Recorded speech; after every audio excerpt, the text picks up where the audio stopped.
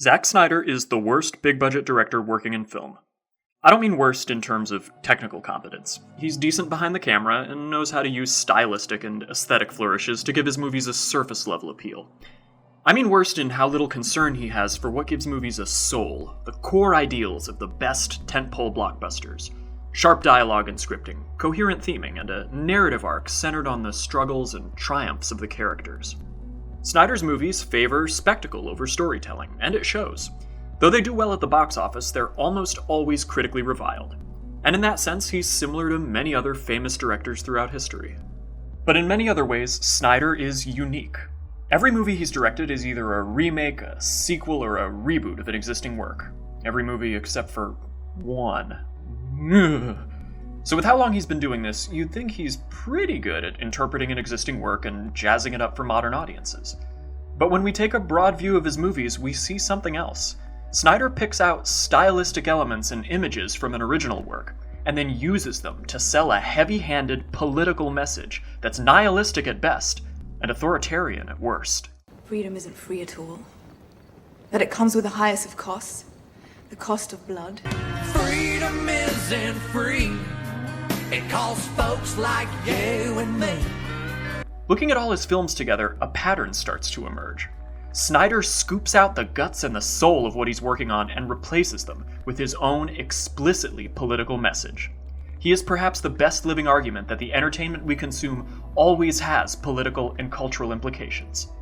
And despite all this, Snyder is still failing upward.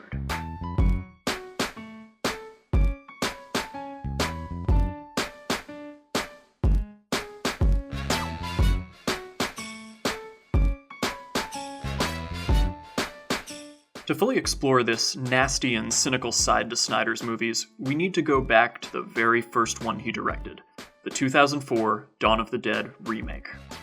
Now, this movie flipped a classic piece of American cinema on its head and gave us a blueprint for how Snyder would continue to operate throughout his career. The original 1978 Dawn of the Dead by George Romero is a stone-cold classic, and it's got a little bit of everything. Good action, great cinematography and set design despite the shoestring budget, empathetic characters, and lots of gross-out practical effects, all in service of an overt critique of American-style consumerism. The big joke of the movie, the plot and the subtext, is that if you want to avoid a horde of brain-dead zombies, the mall is the last place you should go. Fast forward 25 years, and we get the Snyder reboot. The zombies are faster and scarier, the effects are bloodier, the action is more intense and the stakes are even higher, and superficially the remake hits all the same notes as the original, down to the indoor mall setting and diverse ensemble cast.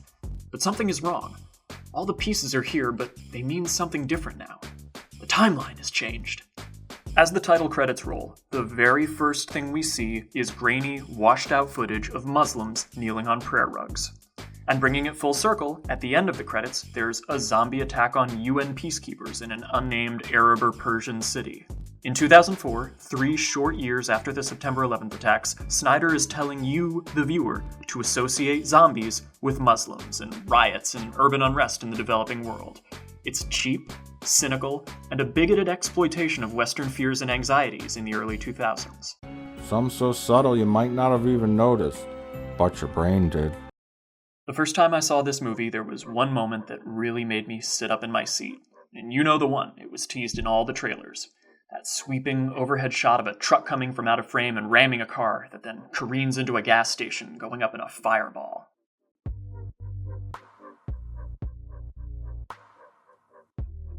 So much of Snyder's Dawn of the Dead reflects Western anxieties about the collapse of civilization or mass panic that emerged in the early 2000s. So what you think? What is this? Is this the end of times? The film's theme, story, dialogue, set, and set pieces, in one way or another, reflect the cast's struggle against this collapse and their desire to preserve order while the world dies around them. It's gotta be done. Huh? What'd I tell you, boy? America always sorts its shit out. Romero's original dealt with some of these themes too, but in a different way. Like the best of its genre, it says something about the human condition, about the pointlessness of clinging to a dying order, and the horrible cynicism of believing violence and war are ever a rational and logical solution. It's really all over, isn't it? Quiet here. Unemotional. Quiet. We've got to remain rational, logical. Scientists always think in those kind of terms. It doesn't work that way. That's not how people really are. Snyder's movie delivers the opposite message. It glorifies a war of all against all, with a clear line between humans and the savage other that must be purged from the earth with righteous violence. This fast zombie apocalypse theme was handled with infinitely more complexity and nuance in Danny Boyle's 28 Days Later, which both kind of created the fast zombie and deconstructed it. Now, this cheap authoritarianism is getting at the heart of why Zack Snyder is the ultimate supervillain. But to fully understand this, we first need to understand Thomas Hobbes.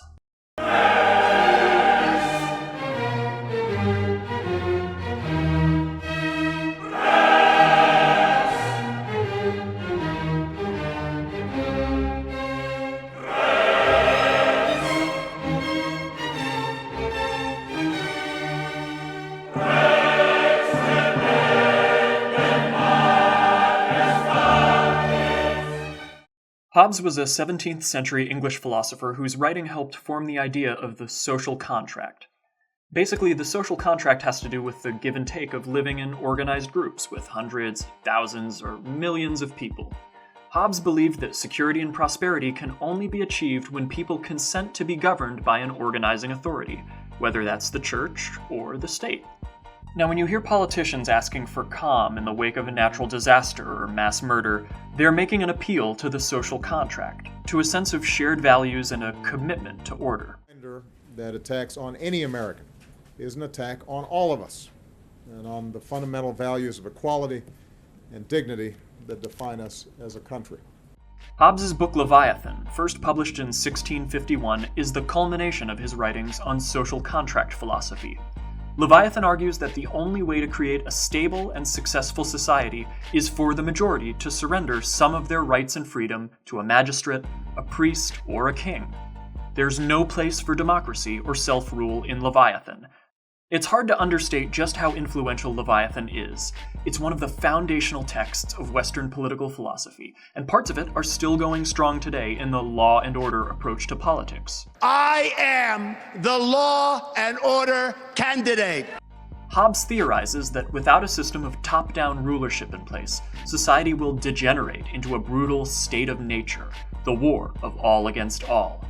It's important to understand that Hobbes isn't talking about an external force coming in and subverting or destroying society. Leviathan is expressly concerned with preventing the violence that so-called peaceful and civilized human beings are capable of committing against each other when times are hard and order begins to break down. Hobbes sums up this concept with the famous Latin phrase, Homo homini lupus est. Man is a wolf to man. And it's easy to see why Hobbes would be so concerned with maintaining order. In the years before and during his lifetime, England plunged into a series of civil wars over the succession and legitimacy of its rulers. Leviathan is a reaction to the anxieties of its era, just like Snyder's Dawn of the Dead. There is a corpse shambling across the landscape of pop culture now, a ghoul possessed by the spirit of Thomas Hobbes. This monster is the zombie trope, and Zack Snyder gave us Patient Zero with his Dawn of the Dead remake. The modern interpretation of the zombie takes its cue from Snyder's Dawn of the Dead, politics included. The obsession with disaster porn and the end of society is a uniquely Hobbesian obsession. Snyder's remake isn't just a case of style over substance. This is a director fundamentally changing the meaning of an original work, pulling a 180 on the source material. Romero's Dawn tells us that unleashing our violent and authoritarian impulses will only lead to further disaster. And Snyder's Dawn says that it's the only way to survive the hordes of the barbarian other. And nothing more perfectly illustrates this difference in tone than each movie's opening sequence. The opening of the Romero original is a hazy vision of a society already in the middle of collapse. In a claustrophobic Philadelphia news studio, the scene degenerates into a state of chaos as a government expert blithely calls for calm. Barely raising his voice, he explains the need to declare martial law, outlaw private property, and exterminate every dead body. If we'd listened, if we dealt with this phenomenon properly, without emotion, it wouldn't have come to this. There is a martial law state in effect in Philadelphia, as in all other major cities in the country. We see close-up after pained close-up of newsroom techs looking bewildered and helpless.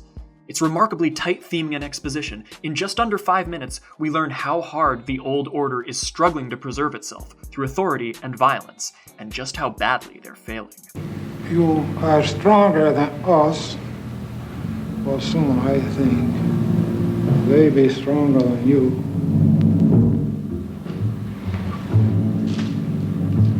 When the dead walk, senores, we must stop the killing. We lose the war. Now let's look at the opening of Snyder's remake. Idyllic life in residential suburbia, manicured lawns, children playing in the street. One last glimpse of bourgeois middle-class existence before a nightmare of blood, fire, and teeth tears it away, leaving a vision of paradise lost that lingers for the rest of the movie. Indeed, the plot of the movie is the survivors' struggle to reclaim and reconstruct this world. The mall is no longer a cruel joke on the survivors or an insane asylum. It's now something out of Lord of the Rings, a noble last stand against the hordes of darkness. The political message is plain as day. Western civilization is teetering on collapse and must be protected. This goes back to what I was talking about at the start. Snyder is taking an original work and recasting it as a cheap morality play. And Snyder didn't just pull this trick with Dawn of the Dead, he's done it pretty much non-stop since then. It's funny that for all the grumbling about outsiders taking over beloved IPs and franchises and injecting their personal politics, I haven't seen any commentary on how often Snyder continues to commit this supposedly unforgivable sin. Take how he treated Watchmen. In the comic, Ozymandias monologues at the end about having to live with the atrocity he's committed, which kind of ends things on a sour and pessimistic note. It thoughtfully lingers on an unanswered question. Are vigilantism and authoritarianism ever necessary or morally justifiable? Snyder's version doesn't have time for that, or anything else really. Big billionaire brainiac Ozymandias saves the world from itself. Dr. Manhattan is the literal personification of peace through mutually assured destruction between the USSR and the US. Bada bing, bada boom. Or Man of Steel. You are weak, son of hell. Unsure of yourself. You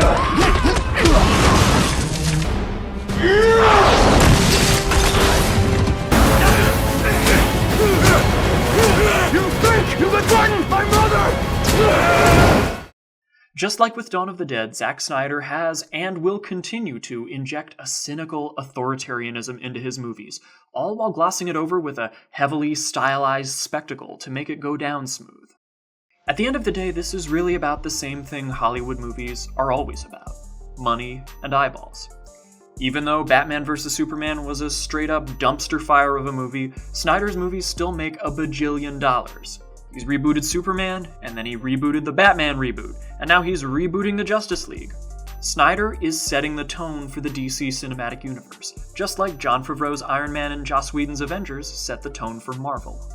Snyder has stolen the scepter of Hobbes and used it to become the greatest DC supervillain of all time, an iron-fisted tyrant who is bending an entire universe to his will.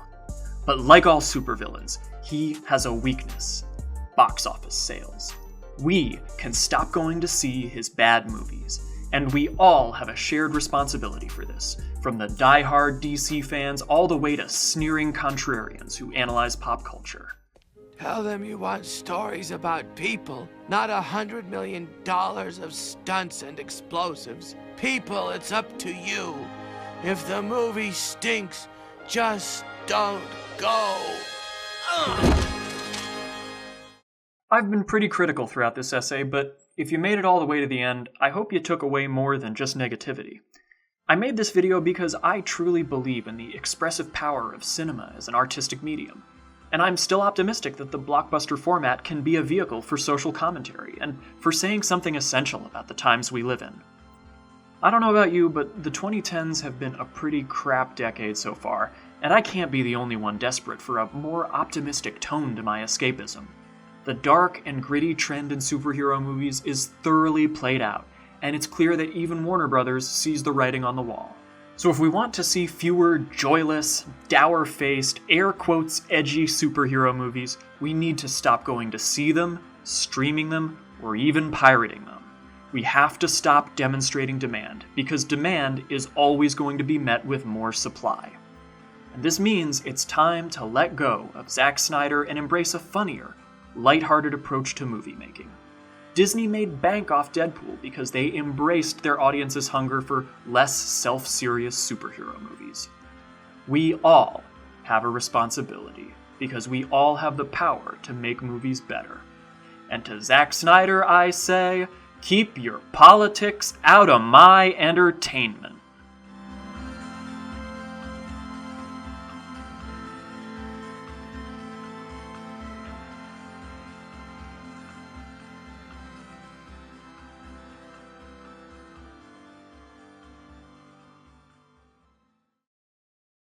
Everything is proceeding as planned, sir. Snyder is going to be the public face of a new philosophy for making movies. No, sir. No one will know you're the one who made it happen. Until the very end, people will continue to believe you're a serious, highbrow director. Yes. Yes, thank you, and goodbye. Christopher Nolan. Ba-da-ba-ba!